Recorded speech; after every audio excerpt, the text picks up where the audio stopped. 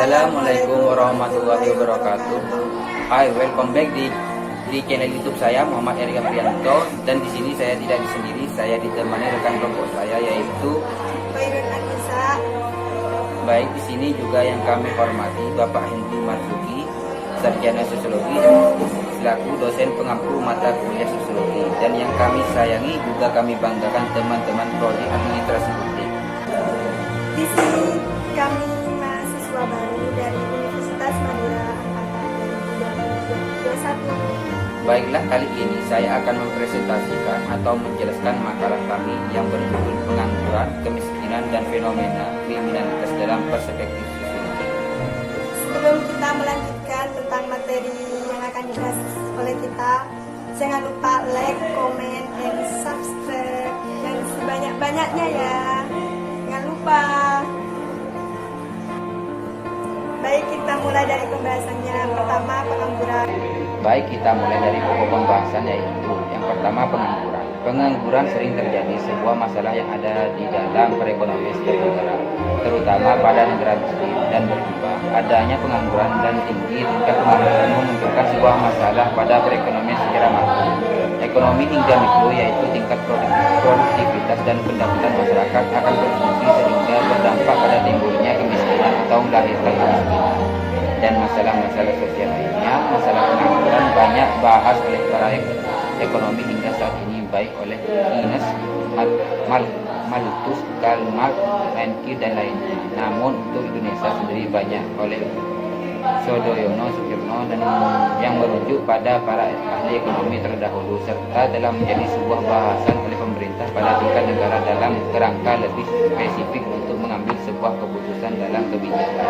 Menurut Badan Pusat Statistik BPS Indonesia, dalam indikator ketenagakerjaan, pengangguran merupakan penduduk yang tidak bekerja atau tidak memiliki pekerjaan, namun sedang dalam tahap mencari pekerjaan atau sedang mempersiapkan untuk usaha baru.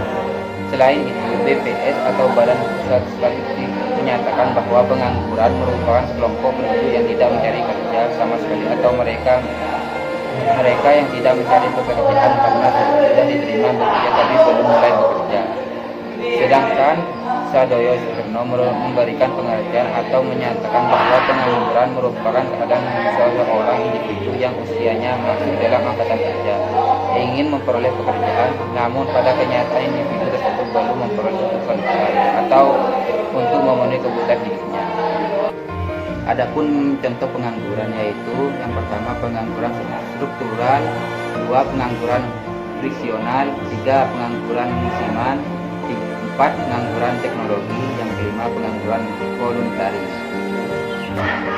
Dua, kemiskinan. Kata kemiskinan tentu sebuah tidak asing lagi di setiap orang dan merupakan suatu fenomenal sosial. Kemiskinan merupakan suatu keadaan atas ketidakmampuan seseorang atau individu untuk memiliki kebutuhan dasar, terutama kebutuhan primer. Dan kemiskinan bukan hanya sekedar suatu masalah bagi individu, melainkan masalah bagi negara yang harus diselesaikan. Banyak teori yang sudah membahas mengenai kemiskinan.